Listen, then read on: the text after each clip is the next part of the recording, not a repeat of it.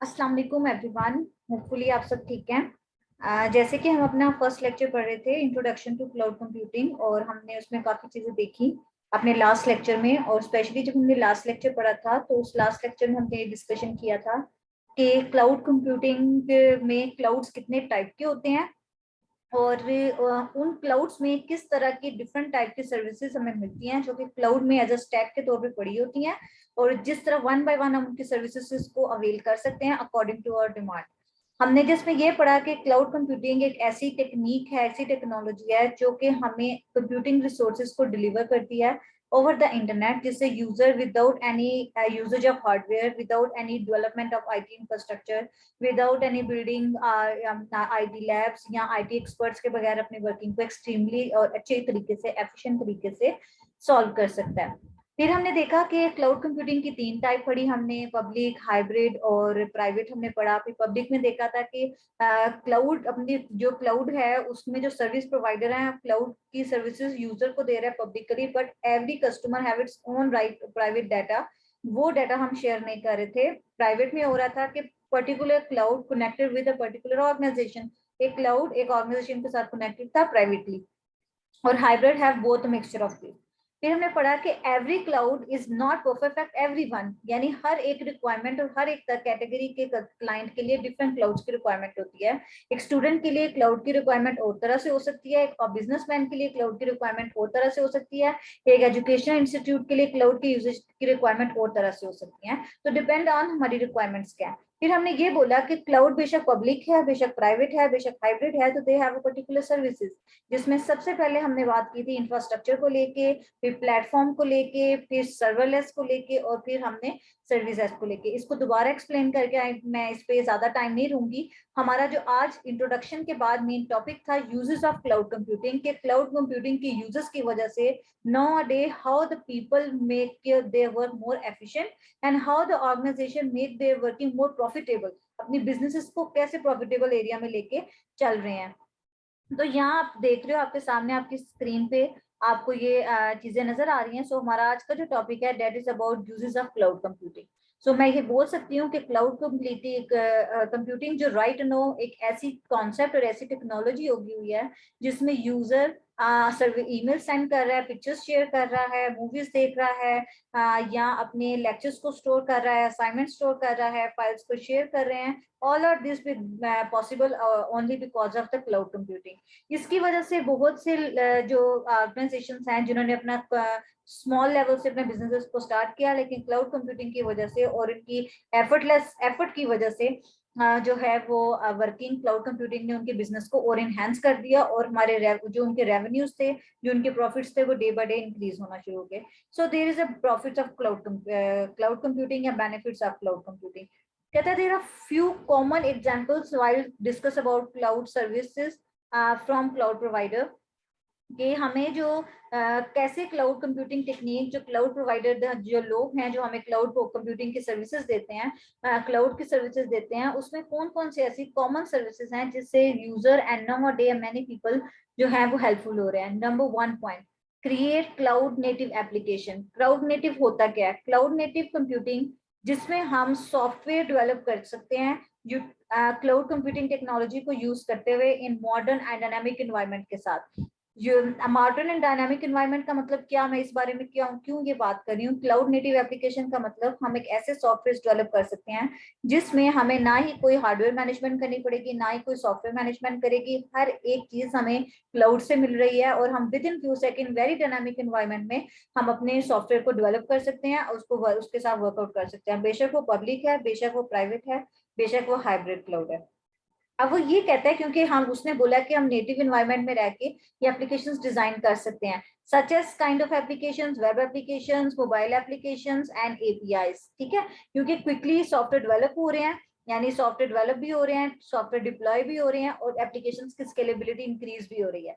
मैंने आपके साथ पहले भी डिस्कस किया है कि एप्लीकेशंस की स्केलेबिलिटी का मतलब होता है कि यूजर एक टाइम पे उस सॉफ्टवेयर को कितने यूजर यूज कर रहे हैं, that is a scalability. So cloud native applications ने हमें ये प्रॉफिट हमारे लिए बेनिफिट रखा कि बगैर किसी हार्डवेयर सॉफ्टवेयर की प्रॉब्लम को फेस किए कि हमारे पास ये कैटेगरी का हार्डवेयर इमर्ज होना चाहिए, उन्होंने हमारे ये सारे डायनामिक एनवायरनमेंट हमें प्रोवाइड किया है कि किसी भी तरह के क्लाउड को यूज करते हुए हम अपने सॉफ्टवेयर को कुछ मिनटों में या टाइम में, थोड़े ही टाइम में इसको डेवलप कर सकते हैं। बेशक मोबाइल एप्लीकेशन है, बेशक वो डेस्कटॉप एप्लीकेशन है, बेशक वो वेब बेस्ड एप्लीकेशन है, इट डिपेंड अपॉन।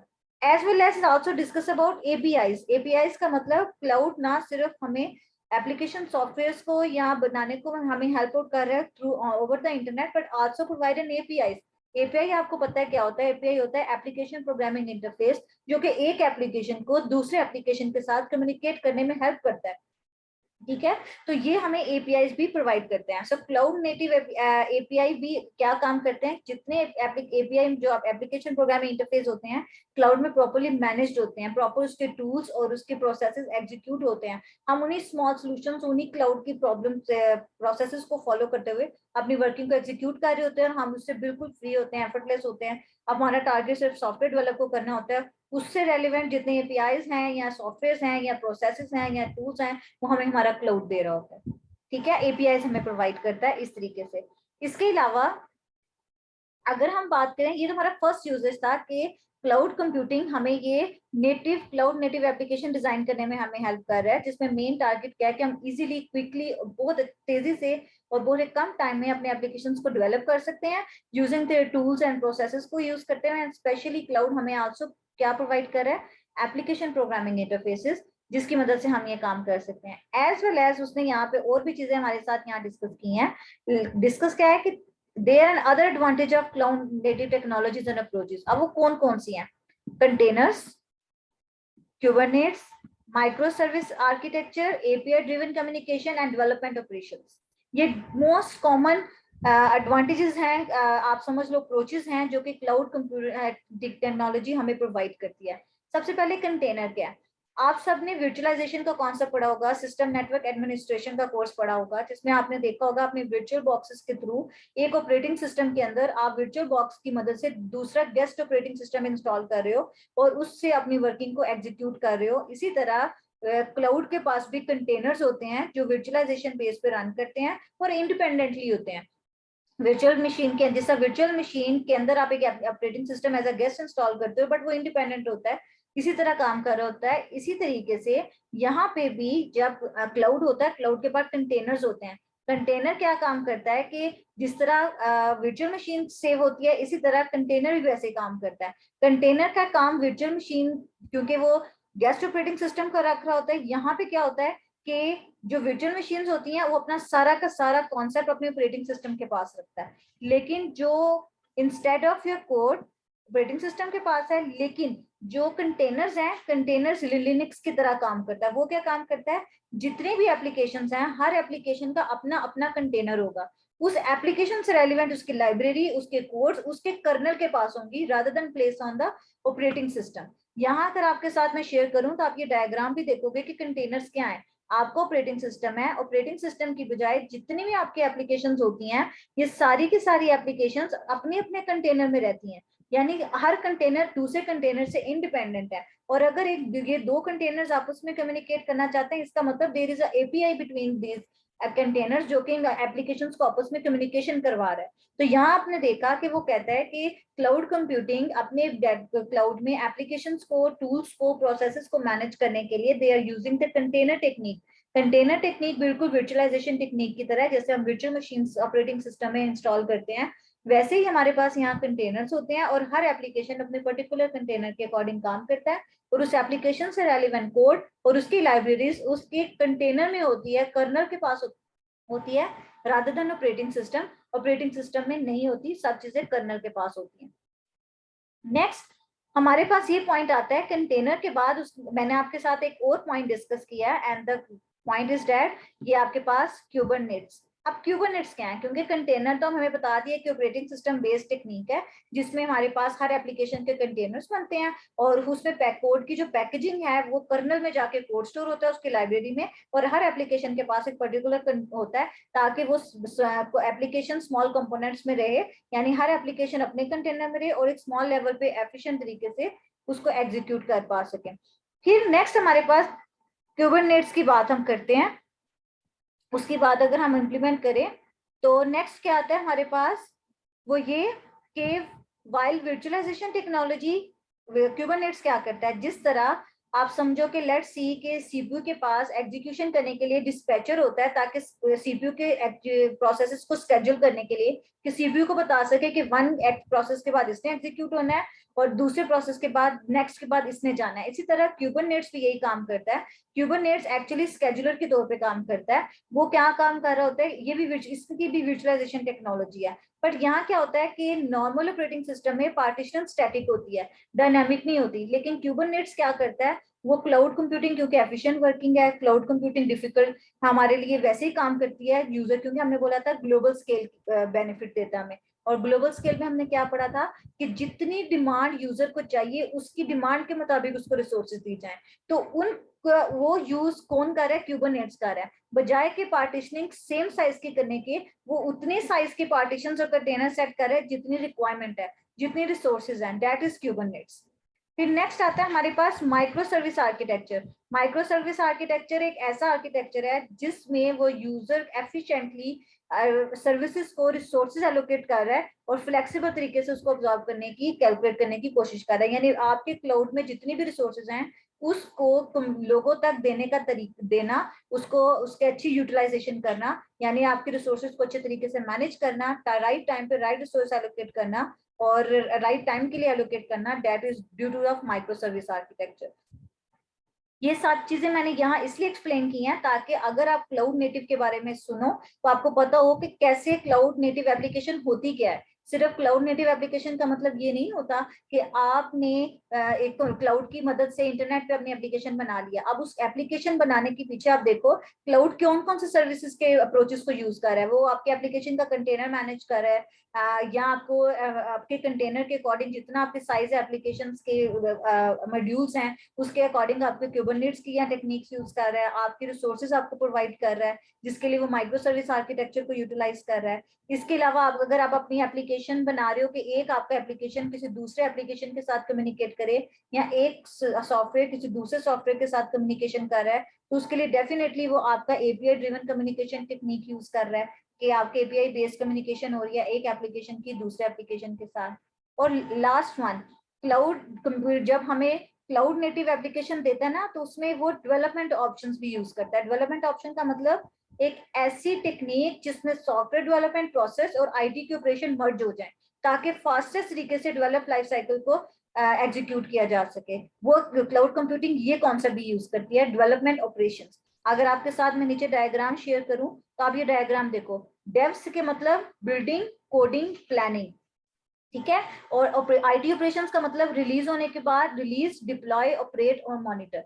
यानी आप अपने क्लाउड टेक्निक में जब क्लाउड नेटिव एप्लीकेशन बनाते हो तो उसमें जो क्लाउड अपनी रिसोर्सेज या टेक्नोलॉजी या अप्रोच जो यूज करता है उसमें से एक अप्रोच डेवलपमेंट ऑपरेशंस भी है। डेवलपमेंट ऑपरेशंस, ठीक है, ये ऐसा कॉन्सेप्ट है जिसमें software development and IT operations combine होते हैं ताकि शॉर्टन तरीके से सॉफ्टवेयर को डेवलप कर दिया जाए और कंटिन्यूअस डिलीवरी प्रोवाइड की जाए विद सॉफ्टवेयर बेस्ट क्वालिटी के साथ। और बेस्ट क्वालिटी तब बनती है जब हम एक अच्छी आईटी ऑपरेशंस परफॉर्म करते हैं, ठीक है। और मोस्टली जो फास्टेस्ट और शॉर्टन तरीके में काम करना है, तो आपने सॉफ्टवेयर इंजीनियरिंग में अजाइल मेथोडोलॉजी पढ़ा होगा, तो अजाइल मेथोडोलॉजी का मतलब रैपिड एप्लीकेशन डेवलपमेंट, क्या आप रैपिडली डेवलप कर रहे हो और you can accept any changes, जब भी कोई चेंज कस्टमर डिमांड कर रहा है आप उसको चेंज करके दे रहे हो और आपकी प्रॉपर्ली इंप्लीमेंट हो रहा है, मॉनिटरिंग वर्किंग कर रही है। इस तरीके से डेवलपमेंट ऑपरेशन काम करता है। सो अभी हमने यहाँ ये सीखा कि पहला यूज ऑफ क्लाउड कंप्यूटिंग का क्या है कि क्लाउड कंप्यूटिंग हमें हेल्प करती है क्लाउड बेस्ड एप्लीकेशन बनाने के लिए, जिसमें हमें वो एपीआईज प्रोवाइड करती है, कंटेनर्स प्रोवाइड के सर्विसेज को यूज करने में करती है, क्यूबरनेट्स हमें प्रोवाइड करती है, API communication based driven API driven communication करवाती है, एज वेल एज हमारे सॉफ्टवेयर को शॉर्ट एंड हाई क्वालिटी के साथ फास्टेस्ट वे में हमारे सॉफ्टवेयर को डेवलप करती है यूजिंग डेवलपमेंट ऑपरेशंस। ये सब हमने, ये फायदा क्लाउड नेटिव एप्लीकेशन बनाने का फायदा ये है कि हमें ये यूटिलाइज करने में हेल्प हो जाती है। दूसरा हमें क्या यूज दे रहा है, test and build application. Test and build application का मतलब क्या हुआ कि reduce application development cost and time by using cloud infrastructure that can easily scale up और डाउन। ठीक है, कि अब डेफिनेटली जो चीज हम ऊपर पढ़ के आ रहे हैं तो हमें ये वो क्या कर रहा है कि एप्लीकेशन डेवलपमेंट के ऊपर जो कॉस्ट लग रही है, जो टाइम लग रहा है, उसको रिड्यूस कर रहा है। दूसरा हमें ऑप्शन दे रहा है स्टोर, डाटा को स्टोर करने का, उसका बैकअप करने का और उसको रिकवर करने की अथॉरिटी हमें देता है। ये दैट इज ऑलरेडी हम इसके यूजेस में भी डिस्कस कर चुके हैं। डाटा को एनालाइज करने का मतलब ये है कि डाटा अक्रॉस द, जैसे हम डाटा को डिफरेंट जगह पे डिस्ट्रीब्यूटेड है, हम उस डाटा को मर्ज कर रहे हैं, तो एक क्लाउड की पर्टिकुलर लोकेशन पे उसको स्टडी करना, उस पर एल्गोरिथम्स अप्लाई करना, उस पर आर्टिफिशियल इंटेलिजेंस टेक्निक अप्लाई करना, एक पर्टिकुलर डिसीजन पे पहुंचना, दैट इज जो है वो हमारी डाटा एनालिसिस में आता है। नंबर कॉल आ रही है। हेलो, अस्सलाम वालेकुम। जी सर। केएम अशरफ फैक्ट्री के सामने आप अंदर एंटर हो जाएंगे, उधर गली सामने आपको नजर आ रही होगी। उधर से आप एंटर होंगे, फिर राइट साइड पे आएंगे, 2 मीनार वाली मस्जिद है, उससे थोड़ा सा आगे आने बाहर गली के गेट है, आलम लगा हुआ है घर पे, छत पे। जी उस घर में आना है आप, वो गली के बाहर जो गेट है उसके पास आ जाइए, फिर बेल कीजिएगा तो मैं बाहर आके पकड़। ओके, अभी वो बेल करेगा। बस थोड़ा थोड़ा सा 2 पॉइंट रह गए।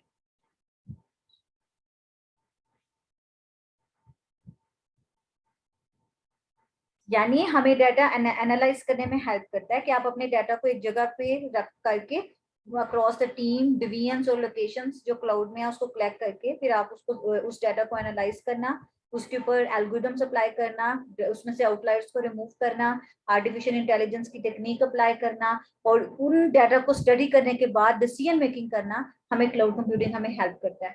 फिर हमारे पास पॉइंट आता है स्ट्रीम ऑडियो वीडियो, यानी हम जब मर्जी चाहें किसी भी टाइम कहीं पे भी अपने ऑडियो वीडियो की मदद से हाई डेफिनेशन टेक्निक्स यूज करते हुए कम्युनिकेट कर सकते हैं, कॉन्फ्रेंसेस कर सकते हैं, मीटिंग्स कर सकते हैं, ये हमें क्लाउड देता है। इसके बाद एम्बेडेड, लास्ट आता है हमारे पास एम्बेडेड इंटेलिजेंस, यानी आपके एम्बेडेड इंटेलिजेंस का मतलब ऐसा मॉडल जिसमें कस्टमर्स को हम और हमारे डाटा को as well as provide valuable insight from the data capture, embed intelligence. ठीक है, तो यूज फिर एक दफा सुन लो, एम्बेड इंटेलिजेंस क्या है, use intelligent model to help engage customer and valuable insight from data capture, यानी आप अपने जो डाटा की मदद से अपने कस्टमर को एंगेज करना, that is also the use of cloud computing की वजह से। और क्या है, डिलीवर सॉफ्टवेयर ऑन डिमांड, यानी आप ये इसका मतलब क्या था, ये कौन सी टेक्निक हुई, सॉफ्टवेयर एज सर्विस। आप अपने डिमांड पे जो सर्विस वर्जन आप अपडेट करना चाह रहे हो और कस्टमर को जो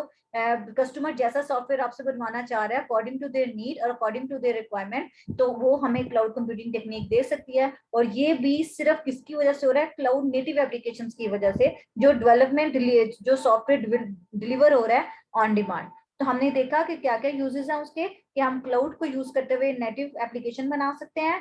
नंबर 2, डाटा को रिकवर कर सकते हैं, बैकअप कर सकते हैं, रिस्टोर कर सकते हैं। नंबर 3, हम वीडियो ऑडियो स्ट्रीमिंग कर सकते हैं, लाइव स्ट्रीमिंग हो या रिकॉर्डिंग स्ट्रीमिंग हो। नंबर 3, हम अपने डाटा को एनालाइज कर सकते हैं for the decision making. Number 4, हम अपने कस्टमर्स को और अपने डाटा को कैप्चर करने के लिए इंटेलिजेंस मॉडल यूज कर सकते हैं। एंड नंबर 3, कस्टमर की रिक्वायरमेंट के बेस पे ऑन डिमांड हम अपना सॉफ्टवेयर डेवलप कर सकते हैं। ऑल ऑफ दीज जो हैं are the use of cloud computing. हमने जो आज कंटेनर्स, कार्बोनेट्स और माइक्रो सर्विसेज आर्किटेक्चर्स पढ़े हैं, इसको हम आगे नेक्स्ट फर्दर चैप्टर्स में डिटेल में लेके चलेंगे। So this is your overall chapter, जिसमें हमने क्लाउड कंप्यूटिंग की डेफिनेशन, उसके बेनिफिट्स, उसके टाइप्स, उसकी सर्विस की types and the uses of this पढ़ा है। इसके अलावा एक्स्ट्रा डेफिनेशंस एंड नोट्स मैंने इसमें ऐड कर दिए हैं। आप सब इसको प्रॉपर्ली पढ़ो और जो चीज समझ नहीं आती, कल हम इंशाल्लाह इसको क्विज करने के बाद इज देयर एनी क्वेश्चन और क्यूरी, हम इसको जरूर कवर अप कर लेंगे। ओके, टेक केयर, अल्लाह हाफिज।